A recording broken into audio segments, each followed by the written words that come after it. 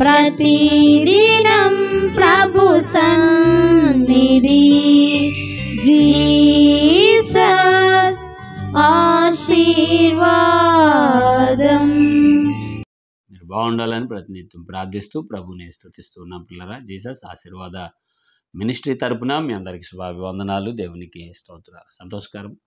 మరి 8వ నెల ఈ 2వ రోజు దేవుని శ్రేష్టమైన మాట ఏంటి చూద్దాం. దేవుని పరిశుద్ధ గ్రంథంలో లూకా సువార్త 16వ అధ్యాయము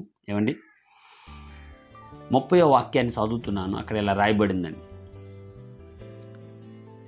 అతడు తండ్రి అయిన అబ్రాహామా, అలాగ అనవద్దు, మృతులలో నుండి ఒకడు వారి యొద్దకు వెళ్ళిన ఎడల వారు మారు మనసు పొందుదురని చెప్పాను.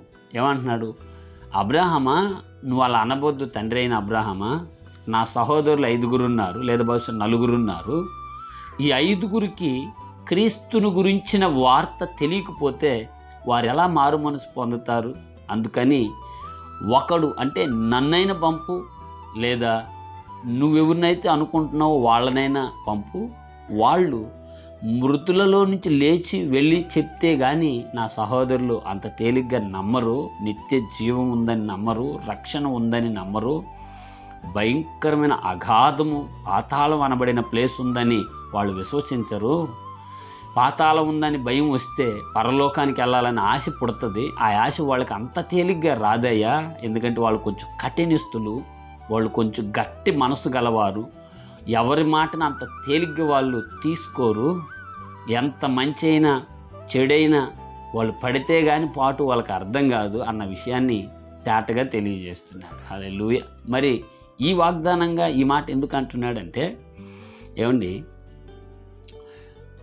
మృతులలో నుంచి లేచిపోయి చెప్తే కానీ నమ్మరు అంటున్నారు. అయితే ప్రభు అయిన దేవుడు అబ్రాహాం గారి ద్వారా పలికించిన మాట ఏంటంటే, అయ్యా, కింద మోషే వంటి ప్రవక్తలు ఉన్నారు, సువార్త చేసేవారు ఉన్నారు, వాక్యం చెప్పేవారు ఉన్నారు. వారు చెప్పింది విని నమ్మితే నిత్య జీవం దొరుకుతుంది అని అన్నాడు. హల్లెలూయా. మనకి ఈ పూట వాగ్దానంగా దేవుడిచ్చిన మాట ఏంటండి? ఏమని చెప్తున్నాడంటే, నీ నా జీవితంలో అబ్రాహాముని ఆ వ్యక్తి మాట్లాడినట్టుగా, ఎవరండి? ఈ ధనవంతుడు అనబడిన దేవుని బిడ్డే ఆయన, మరి క్రైస్తవుడే కదా అన్నట్లుగా ఆ వ్యక్తి మాట్లాడినట్లుగా తన మనస్సులో అన్నిటికీ సిరి సంపదలకు స్థానం ఇచ్చి, సిరి సంపదల కంటే విలువైనది దేవుని నీతికి తక్కువ సమయం ఇచ్చి, మీకు ఎట్లా చెప్తే అర్థమవుతుంది. కష్టపడి ఇంటి యజమానురాలు చేయవలసిన వంట అంతా సిద్ధపరిచి కడుపు నిండా భోంచేయ్యా అని యజమానుడు కాడ యజమానురాలు తెచ్చిపెడితే అన్నీ ఉన్నప్పటికీ తినక తక్కువ చేసి తక్కువగా తిని మౌనంగా ఉంటే ఆకలి తీరదు కదా. అలాగునే దేవుని రాజ్యం ఉంది, లేదంటే దేవుని సంకల్పం ఉంది, దేవుని ప్రేమ ఉంది అని విన్నా నువ్వు నేను తక్కువగా తీసుకుంటే సరిపడదు కదా. అలాగునే దేవుని పక్షంగా నిలబడి వర్ధిల్లడానికి ఆ మాట అంటాడు. ఏమనంటే, ఒకరున్నారు, వారు చెప్పేదాన్ని శ్రద్ధగా విని శ్రద్ధగా సరిపడదగినంత తీసుకోగలిగితే అది నిత్య మార్గానికి త్రోవని. భూమి మీదుండే సిరి సంపదలలో నువ్వు కొదువుగా, దరిద్రుడుగా, బలహీనుడుగా ఉండాలన్నది కాదు బైబిల్ ఉద్దేశం.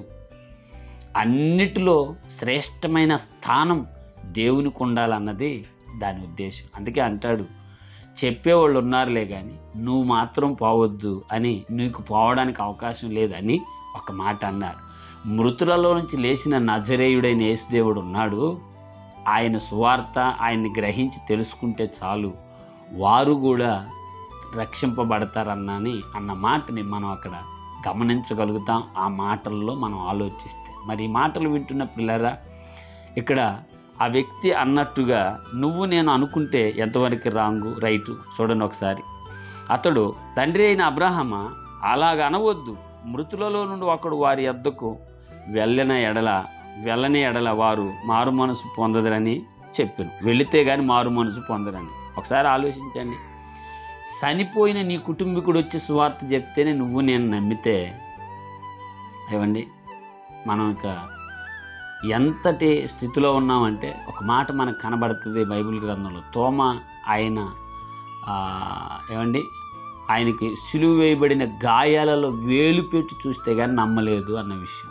బహుశా ఆ రోజుల్లో కలవరాన్ని బట్టి తోమగారు అని ఉండొచ్చు, కానీ ఈరోజు వాక్యం ఉంది, సాక్ష్యం ఉంది, నలుదిశలా స్వార్థ బోరలు మోగుతున్నాయి, మనకు తెలుస్తుంది. ఎంత దినాల్లో అసత్యంలో నడుస్తున్నావో సత్యంలో నడుస్తున్నావో గుర్తెరిగి సత్యంలో నువ్వు నిలబడి అనేకులకు దప్పిక తీర్చి నదిగా, లేదంటే దేవుని ప్రసన్నతను పొందిన వ్యక్తిగా వర్ధిల్లాలన్నది దేవుని ఉద్దేశం. ఆలోచించు, ప్రార్థించు, నిత్య కృపతో ప్రభు నిన్ను నడిపించుగాక.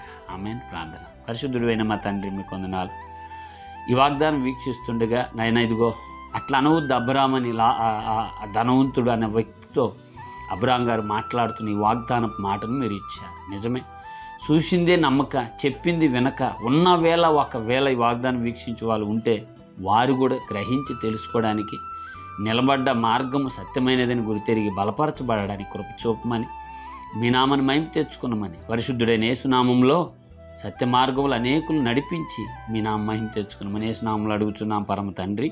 ఆమేన్. Praise the Lord. గాడ్